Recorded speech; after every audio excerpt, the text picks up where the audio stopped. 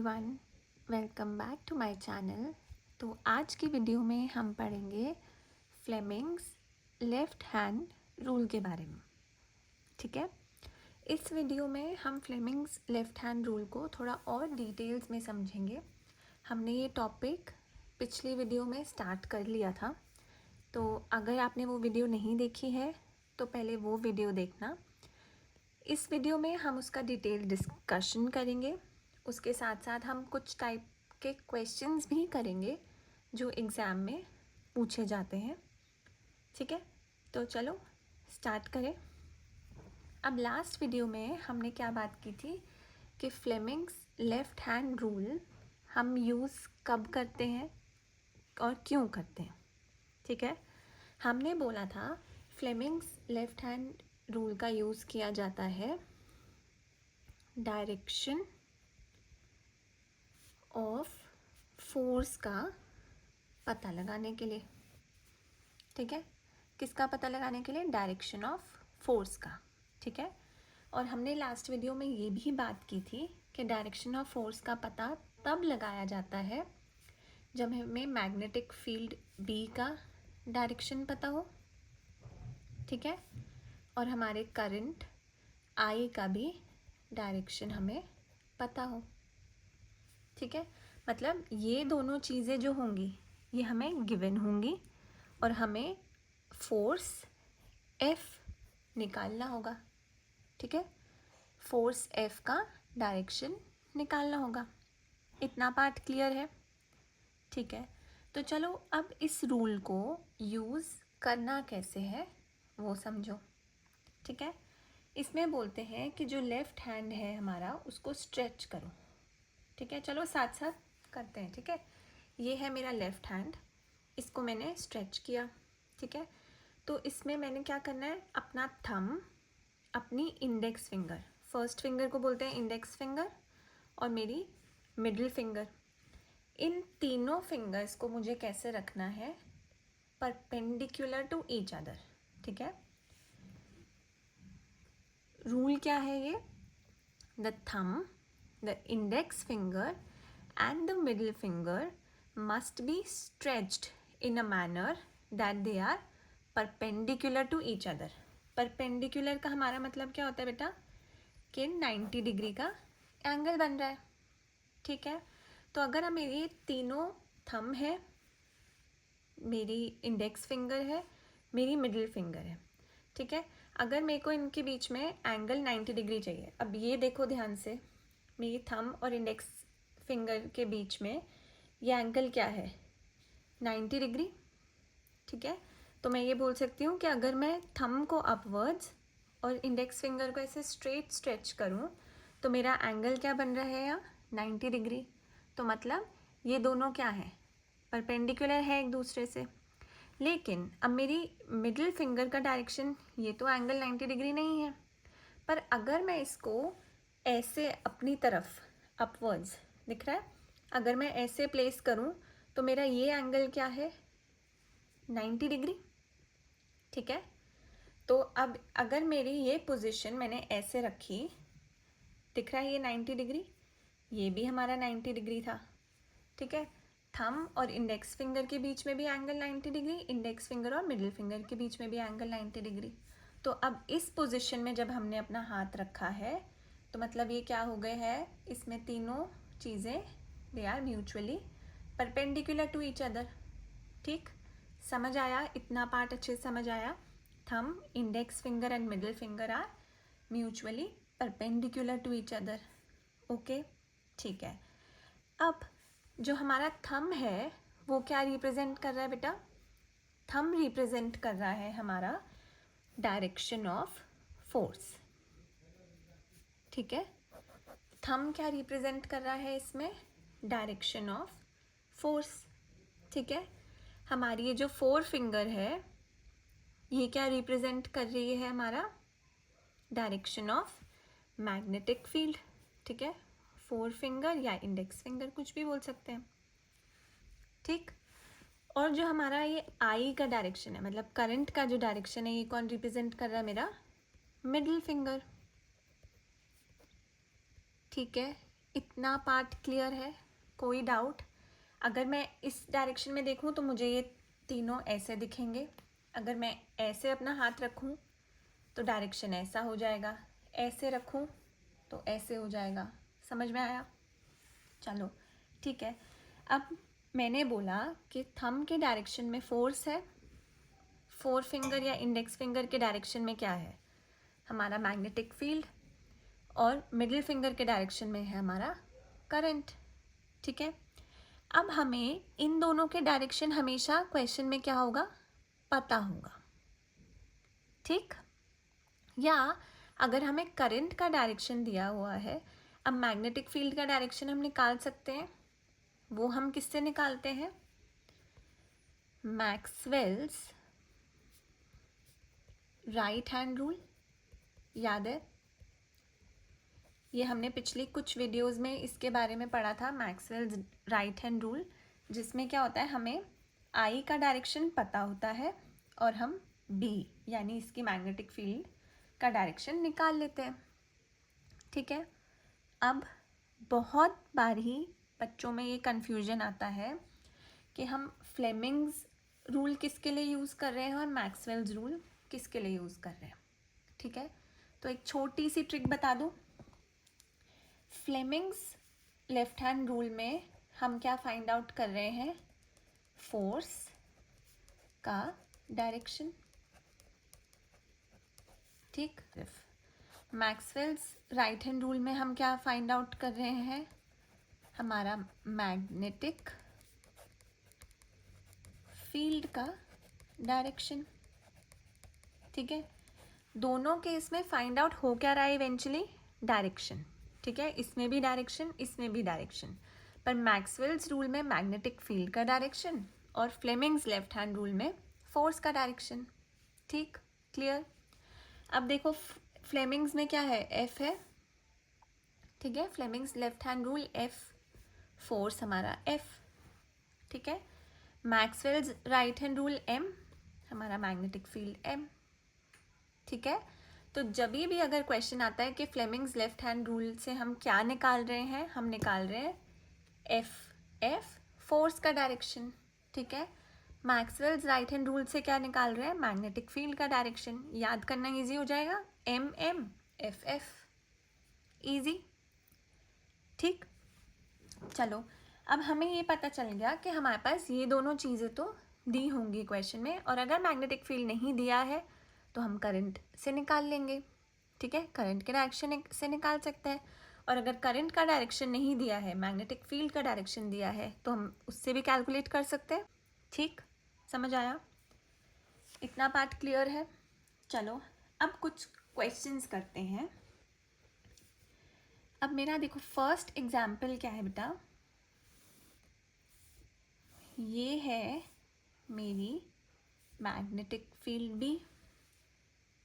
ठीक, और ये है मेरे करंट का डायरेक्शन आई।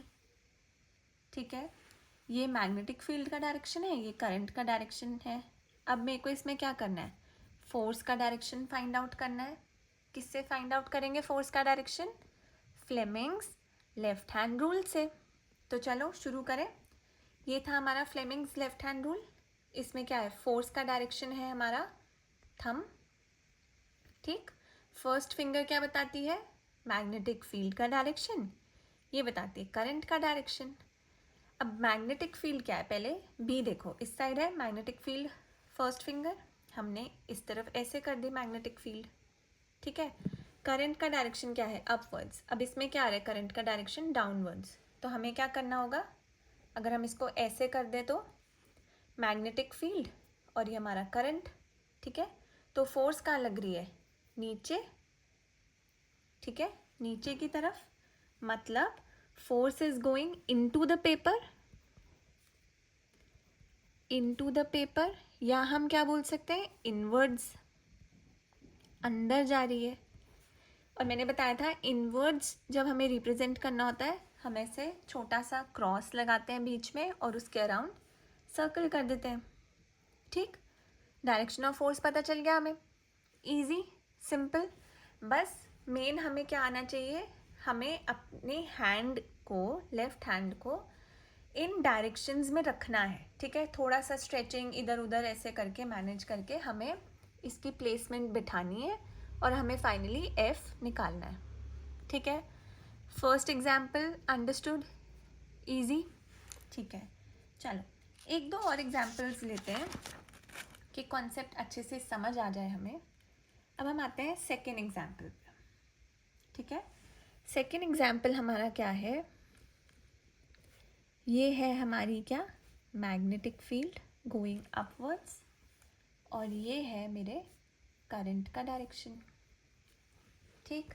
अब चलो फिर से अपना लेफ्ट हैंड स्ट्रेच किया, ये क्या थी, मैग्नेटिक फील्ड, ये करंट, ओ ये तो बिल्कुल बैलेंस्ड बैठा हमारा, magnetic field upwards, current sideways, तो फोर्स क्या हुआ, ऊपर की तरफ है, थंब अपवर्ड्स आ रहा है, तो मतलब फोर्स हमारा क्या हुआ, आउट ऑफ द पेपर,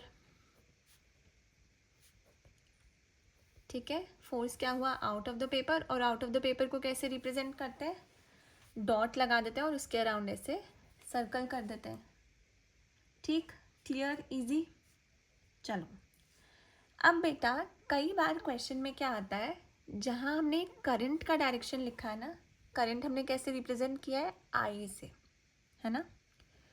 कई बारी करंट की जगह क्या आ जाता है, इलेक्ट्रॉन्स का डायरेक्शन, क्या आ जाता है, इलेक्ट्रॉन्स का डायरेक्शन, ठीक है।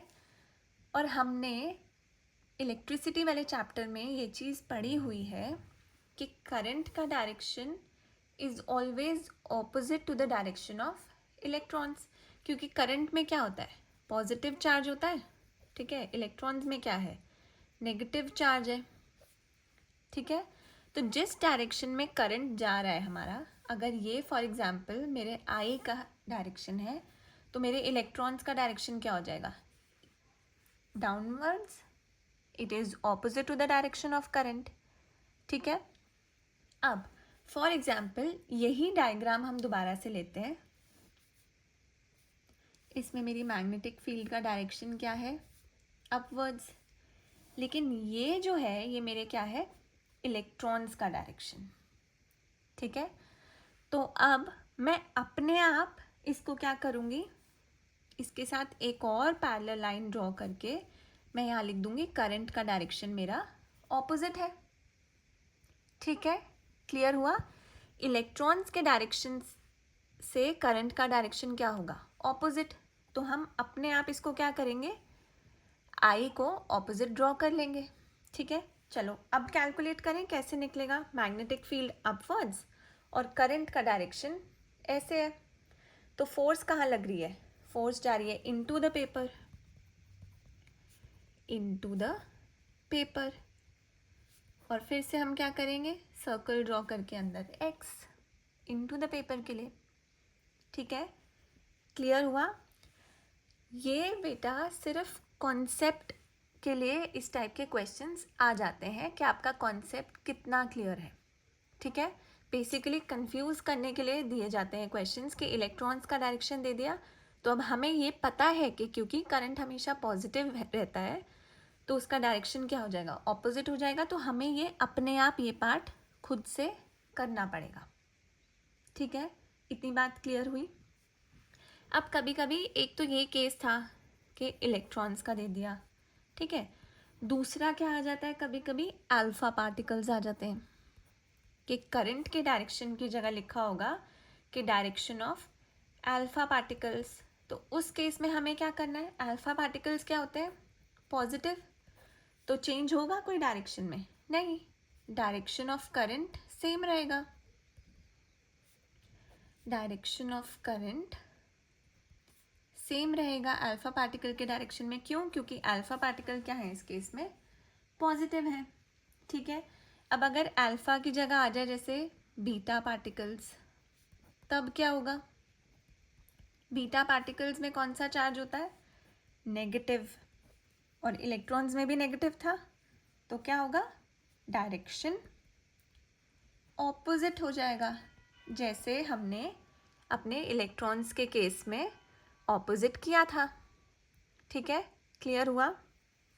चलो, अब इसमें एक लास्ट चीज़ कंफ्यूजन के लिए कभी कभी दे देते हैं, गामा पार्टिकल्स। ठीक है, और हमें ये पता है कि गामा पार्टिकल्स में कोई चार्ज नहीं होता।